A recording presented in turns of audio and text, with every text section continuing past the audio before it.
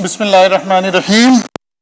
कल almost complete कर लिया था। आज से हमने शुरू करना है बाकायदा टॉपिक वाइज। जैसे हेड्स ऑफ इनकम हमने देखे थे, वहाँ से अब हम शुरू कर रहे होंगे। लेकिन एक प्रैक्टिस क्वेश्चन ज़रा कर लें ताकि जो काम हमने किया है वो थोड़ा सा न्यूमेरिकली उसको देख लें। ये आपने सॉल्व करना है, इस क्वेश्चन को सॉल्व करना शुरू करें।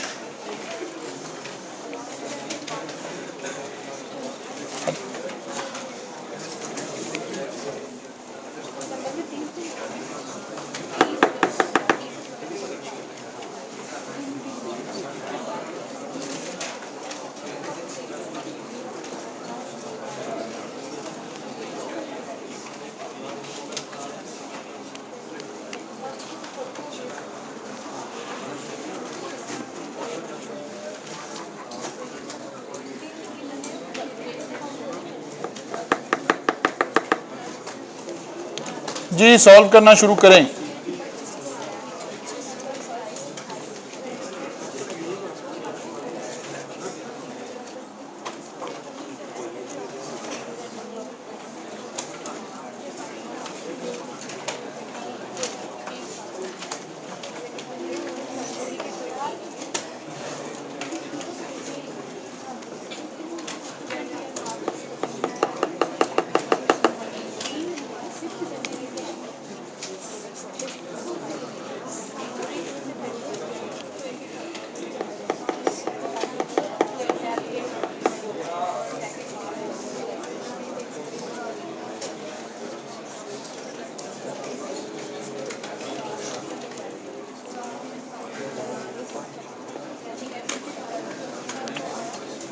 हाँ जी, क्या लिखा हुआ है जी? Mister Johnson, a foreign national visit Pakistan for business purposes during various period through the tax year 2023।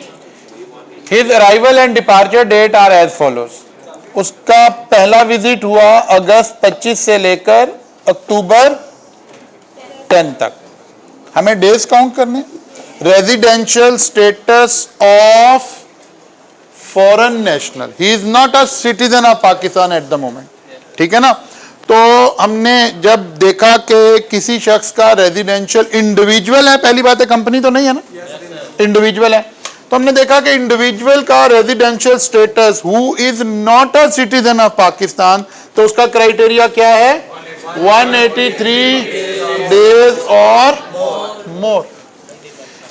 और फिर रूल 14 ने हमें सिखाया। रूल 14 में हमने देखा कि हाउ टू कैलकुलेट डेज। कल यही पढ़कर गए कि जो डे ऑफ अराइवल है वो भी पूरा दिन काउंट होगा, जो डे ऑफ डिपार्चर है वो भी पूरा दिन काउंट होगा।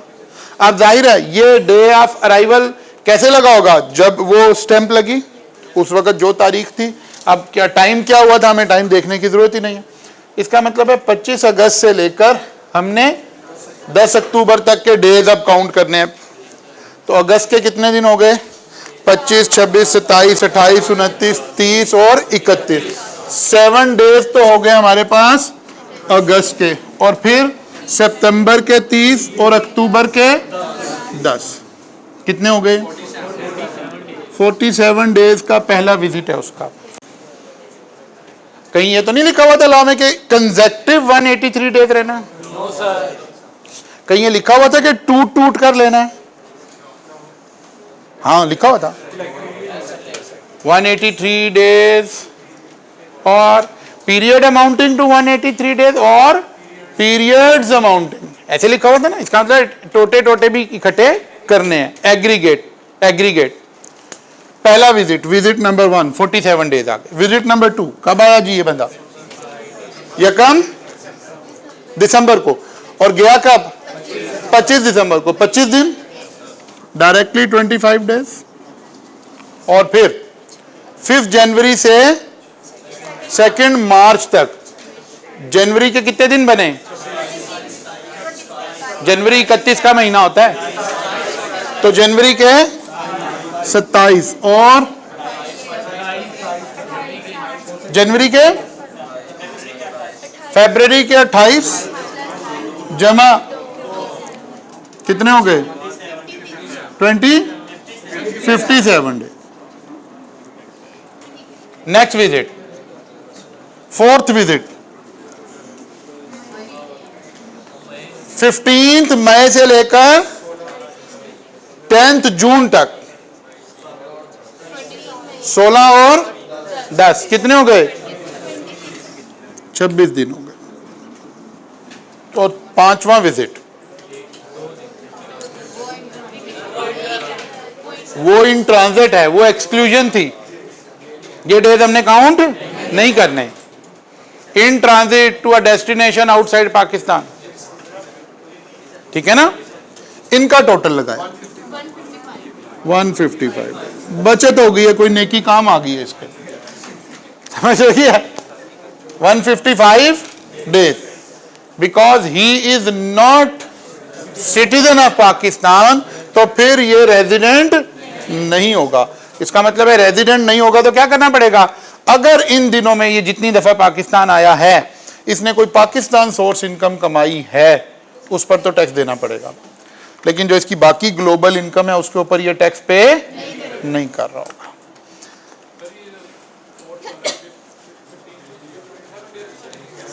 ये तो तुम लोग ही बोल रहे हो, मैं तो लिख ही गया हूं यार, हैं ये वाले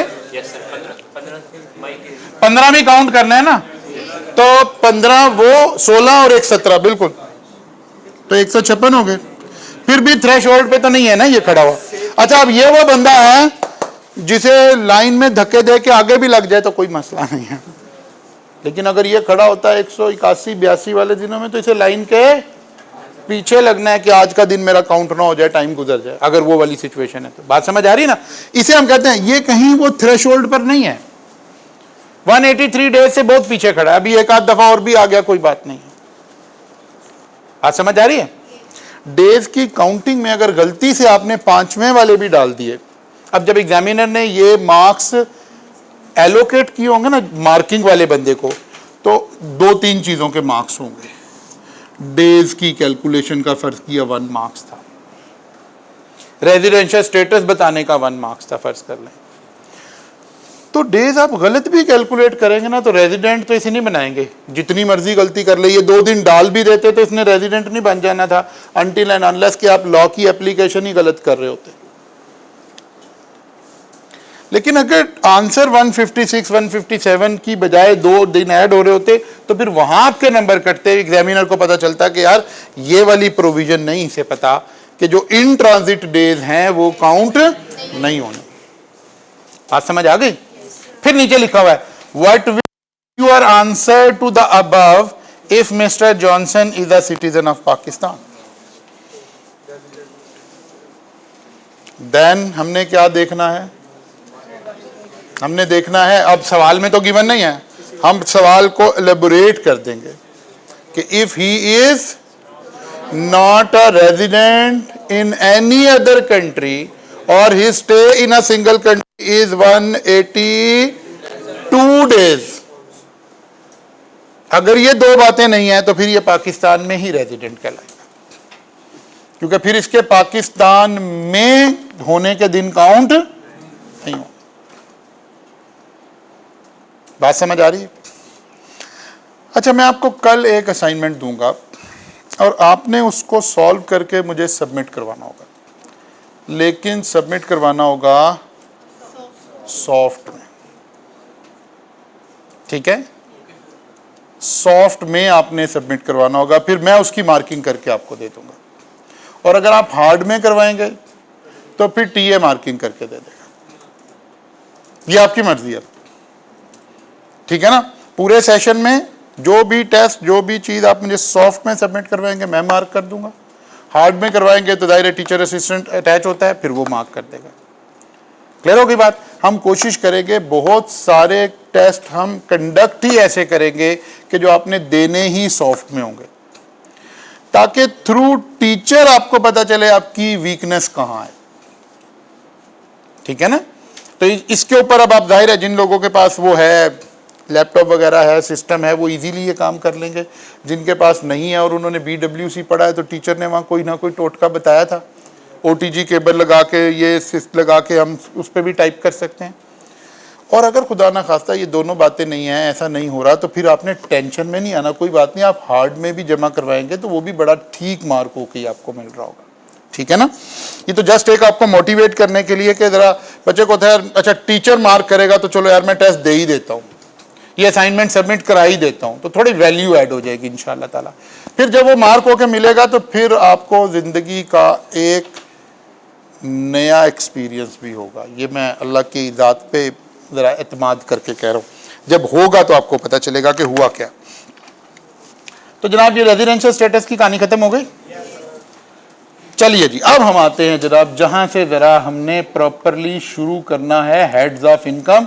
और हमने कल डिसाइड किया था कि ज़रा पहले एक छोटा हेड पकड़ लेंगे, फिर उससे थोड़ा बड़े वाला, और फिर आएंगे मेन दो हेड्स की तरफ इंशाअल्लाह ताला।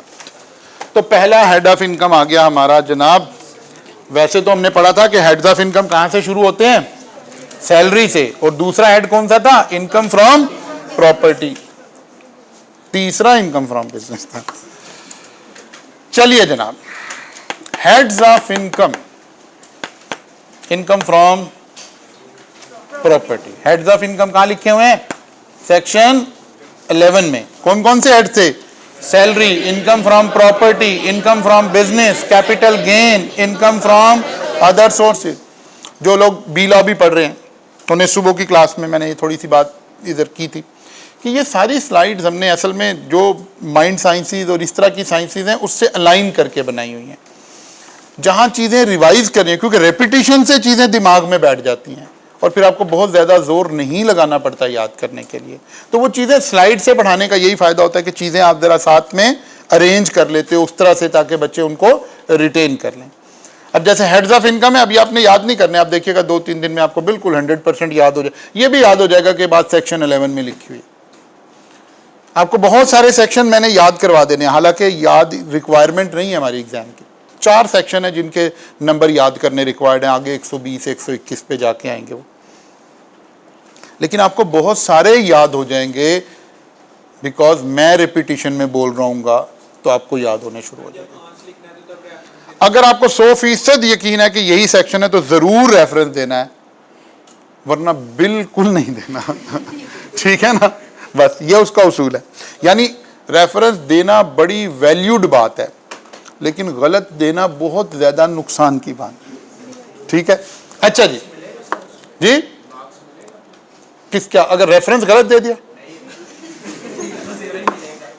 है, हाँ तो जाहिर है, एक ऑब्वियस सी बात है, ऑब्वियस सी बात है। अच्छा जी देखिए, हम कोई भी हेड ऑफ इनकम पढ़ेंगे, कोई भी चैप्टर पढ़ेंगे, ये 5 चैप्टर पढ़ने हैं ना हमने। अब हर चैप्टर में हमने क्या पढ़ना है, number 1 scope of income. Scope of income का मतलब है इस हेड में कौन सी इनकम आती है।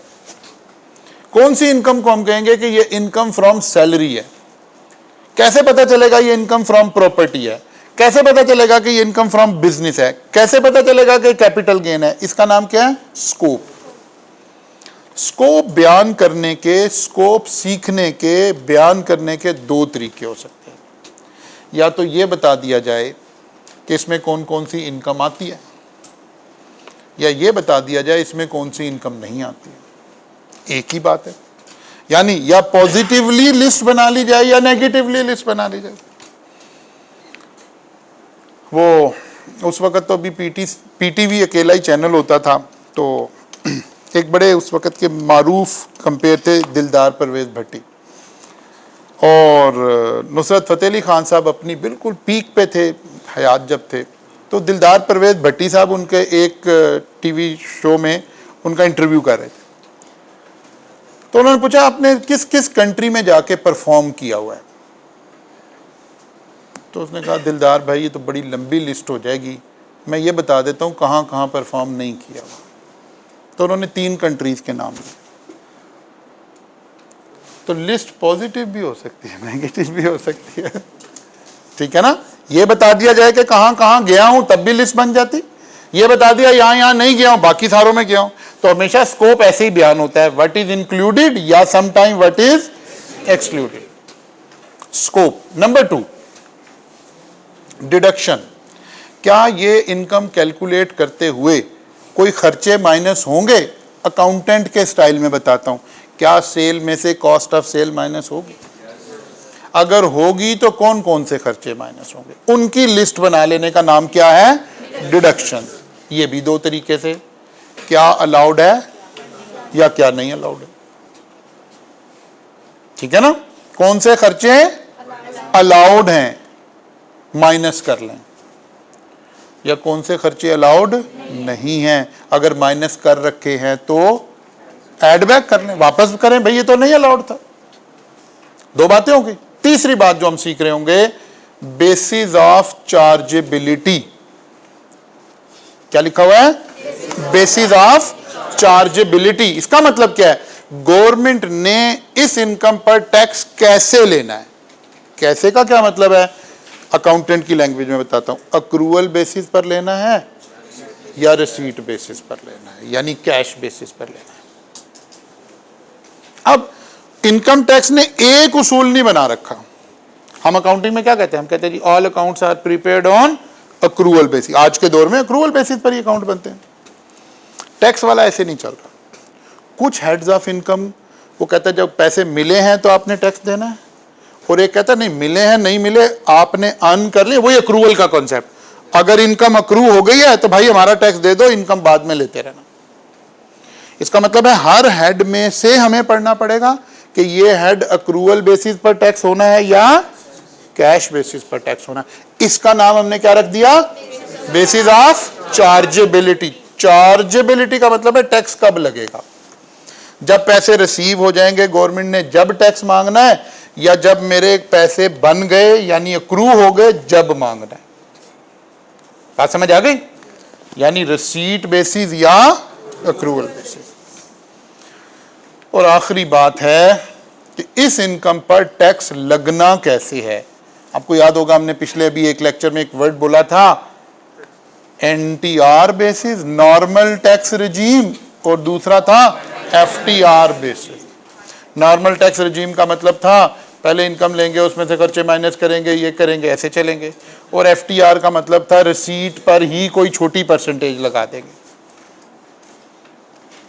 जब हमें ये 4 बातों का जवाब मिल जाए ना, तो समझे वो हेड ऑफ इनकम आपका तैयार हो गया। सैलरी में इन 4 बातों का जवाब मिल जाए, सैलरी तैयार है। कैपिटल गेन में इन 4 बातों का जवाब मिल जाए तो कैपिटल गेन तैयार है। इनकम फ्रॉम प्रॉपर्टी में इन 4 बातों का मिल जाए तो कौन कौन सी 4 बातें? Scope, deduction, basis of chargeability and taxability. अब हम क्योंकि पढ़ने जा रहे हैं इनकम फ्रॉम प्रॉपर्टी, तब इन्हीं 4 बातों को ढूंढने जा रहे हैं बेसिकली। वो कहते हैं रेंट रिसीव और receivable by a person for a tax year other than rent exempt from tax shall be chargeable to tax in that year under the head income from। एक हमने लफ्ज पढ़ा था, कहां में लगेगा कहां shall लगेगा। हमारी मर्जी है टैक्स दे दें, नहीं, क्या लिखा? लाजमी देना पड़ेगा। फिर shall, फिर लिखा हुआ है रेंट रिसीव्ड और रिसीवेबल। जब ऐसे लिखा हो ना रिसीव्ड और रिसीवेबल, तो इसका मतलब होता है अक्रूवल बेसिस। जब कहीं लॉ में ऐसे लिखा हो रिसीव और रिसीवेबल, इसका मतलब है अक्रूवल बेसिस। यानी आपने घर किराए पे दिया, किराएदार ने पिछले 3 महीने से रेंट नहीं दिया, साल पूरा हो गया, लॉ कहता है भाई हमें तो टैक्स दे दो, क्योंकि रेंट आपका अक्रू तो हो गया है ना। मिला है कि नहीं मिला इससे कोई ताल्लुक नहीं है। कहां? इसका मतलब पहले सवाल का नहीं, तीसरे चौथे सवाल का जवाब तो हमें पहली लाइन में मिल गया। रेंट रिसीव और रिसीवेबल से पता चल गया कि बेसिस ऑफ चार्जेबिलिटी कौन सी है? Accrual basis. क्लियर होगी बात? अच्छा जी, रेंट रिसीव्ड और रिसीवेबल, रेंट किसे कहते हैं? रेंट मीन्स, अब वो डेफिनेशन, कौन सी डेफिनेशन आ गई? अच्छा अभी यहां रुकते हैं। रेंट का हमारे दिमाग में एक आइडिया है ना कि जी हमें किराया आ रहा है जी, तो हमारे माशरे में, रिवाज में, डिक्शनरी में कुछ लिखा हुआ है। लॉ कहता है नहीं नहीं यार वो नहीं चलेगा। ये कैसे लिखा हुआ है? क्योंकि किसी भी चीज की डेफिनेशन देने का मतलब होता है डिक्शनरी मीनिंग से हम हटना चाह रहे हैं। कितना हटना चाह रहे हैं ये पता लगता है डेफिनेशन मीन से आ रही है या इंक्लूड से आ रही है। ऐसे ही है ना? Rent means any amount receive और receivable by the owner of land or as consideration for the use or occupation of or the right to use or occupy the land or building. वो कहता है भाई किसी शख्स को अगर कोई ऑनर मालिक, honour of the land or building, अगर वो कहीं कर रहा है, अगर उससे, ये क्या हो गया? नजर लगा दी ना तुम लोगों ने?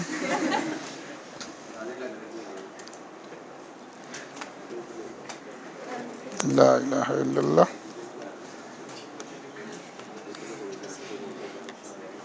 अच्छा जी,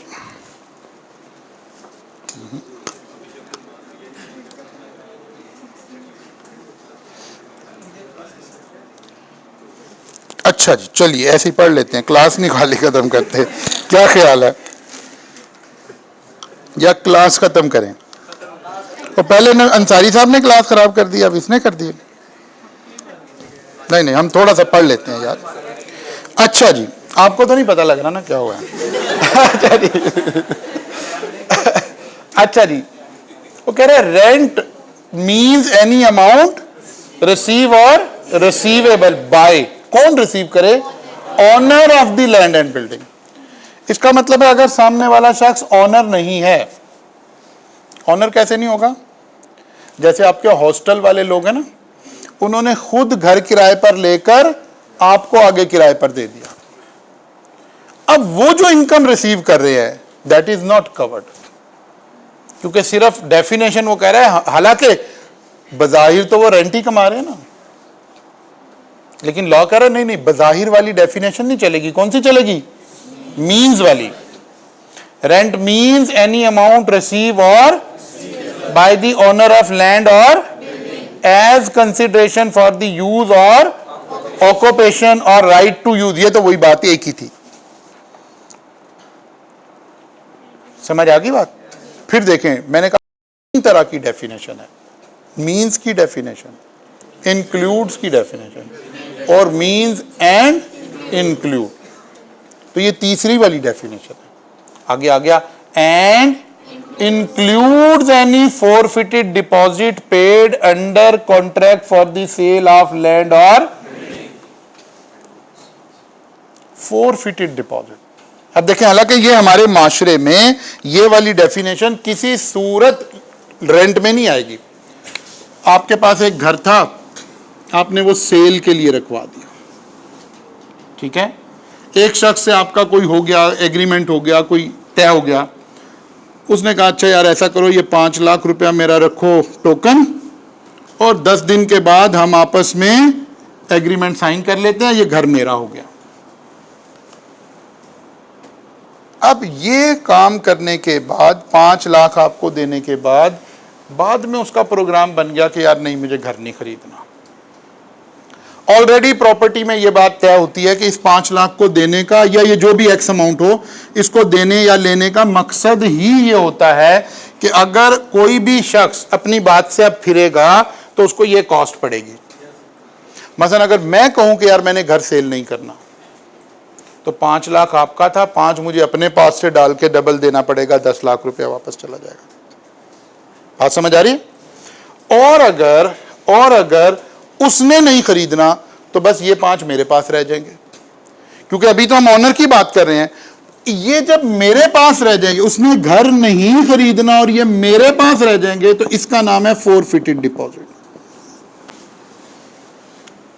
अब ये इसमें से कहीं से किराए की खुशबू आ रही थी? नहीं आ रही थी ना, लेकिन लॉ ने अपनी पावर से इंक्लूड के फ्रेज से इसको भी बीच में डाल दिया।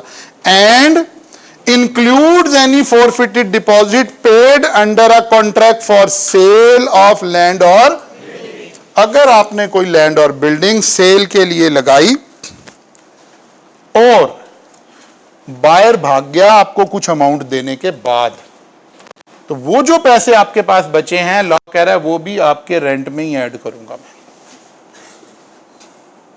बात समझ आ रही? हालांकि अगर ये बिल्डिंग बिक जाती तो फिर क्या होना था, फिर जो गेन आना था वो जाना था कैपिटल गेन में, क्योंकि जो चीज हम प्लॉट खरीदें, प्लॉट बेचें, वहां से जो गेन आता है उसका नाम क्या है? Capital gain. लेकिन देखें, ये है डेफिनेशन की ताकत। हालांकि इसकी रिजेंबलेंस कहां मिल रही है? कैपिटल गेन से। मुझे कहना चाहिए था कि यार 5 लाख का कैपिटल गेन हो गया, लेकिन लॉ कह रहा नहीं, कैपिटल गेन नहीं है, ये क्या है? रेंट है।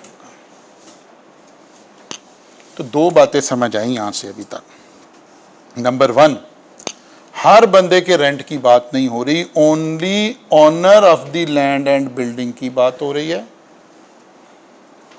नंबर 2, फोरफिटेड डिपॉजिट भी किराए में शामिल होकर बात हो रही है। समझ आ गई ये बात? क्लियर हो गई बात? अच्छा जी, आगे चलते हैं।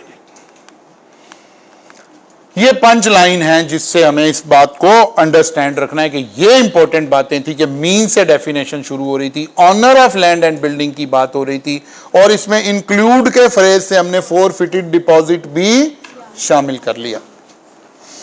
अच्छा जी, now can person understate the amount of rent at the time of making a contract to avoid heavy taxes? एक बंदा है, उसकी बिल्डिंग का किराया बनता है 5 लाख पर मंथ, वो कहता नहीं यार आप ना 3 लाख ही दे दो, इतना सारा तो टैक्स लग जाता है। या अब इसकी हकीकत, किताबों में तो ऐसे लिखा था, अब इसकी हकीकत बताता हूं। ले 5 लाख किराया रहा है और गवर्नमेंट को कह रहा है कि मैंने 3 लाख पर दिया हुआ है। अब आपको बात समझ आएगी, ठीक है ना? कह रहा है क्या ऐसा मुमकिन है? वो कहते ऐसा मुमकिन नहीं है। क्यों मुमकिन नहीं है? लॉ ने ये बात लिखी है, वेयर रेंट रिसीव और receivable mean accrual basis is less than fair market rent for the property, the person shall be treated as having received fair market rent for the period the property is lent out. क्या मतलब हुआ? एक building है जिसका साल का किराया 5 लाख के हिसाब से 60 लाख बनता था साल का। उसने गवर्नमेंट को कहा यार मैंने तो ना 45 लाख रुपए पर दी हुई है किराए पर, अब ये फेयर मार्केट रेंट हो गया। लॉ कहता है कि कोई बात नहीं है, आपने कम लिया, आपने कम लिया होगा, हमने थोड़े कम लेना है, हमने तो टैक्स आपसे पूरे पर ही लेना है, बाकी ट्रीटेड एज हो गया। बात समझ आई है? अदरवाइज तो कोई भी अपना सही किराया ना बताता। अब अगला सवाल आप करेंगे कि सर ये कैसे पता चलेगा कि फेयर मार्केट रेंट कितना है? तो हर फील्ड में फेयर मार्केट वैल्यूज पता ही होती हैं। मतलब आप जाएं कि यार इकबाल टाउन में घर कितने का मिलेगा, डिफेंस में कितने का मिलेगा, बैरिया टाउन में कितने का मिलेगा, या आपके स्टूडेंट की बात करें कि यार गार्डन टाउन की इन पिछली गलियों में मुझे किस किराए पर मिलेगा, और अगर मैं जीवन आना या थोड़ा दूर चला जाऊं फौरन पता चल रहा है ना फेयर मार्केट। तो फेयर मार्केट रेंट पता चल जाता है, कहने का मतलब ये हुआ। दूसरी बात आ गई कि अगर रेंट रिसीव और रिसीवेबल लेस है, फेयर मार्केट वैल्यू ज्यादा है, तो किराया किस पर लगेगा? टैक्स किस पे लगेगा? और अगर दूसरी तरफ है फेयर मार्केट कम है और एक्चुअल ज्यादा है, तो एक्चुअल पे लगेगा। इसका यह मतलब है हमेशा फेयर वैल्यू पर लगेगा? नहीं, ज्यादा पर लग सकता है। अब एक लाइन लिख लें अपने पास, एक्चुअल और फेयर मार्केट वैल्यू, एक्चुअल और fair market value whichever is higher, इनमें से जो बड़ी होगी टैक्स उस पर लगेगा। विच एवर इज हायर, इसमें से जो फिगर बड़ी आ रही होगी, जब एक्चुअल ज्यादा होगा तो एक्चुअल वाली बड़ी आ रही होगी ना, फिर उस पर टैक्स लगेगा। ठीक होगी बात जी? बस कल चलेंगे यहां से आगे, मुझे पढ़ाने का मजा नहीं आ रहा। कल मुलाकात होगी यहां से आगे।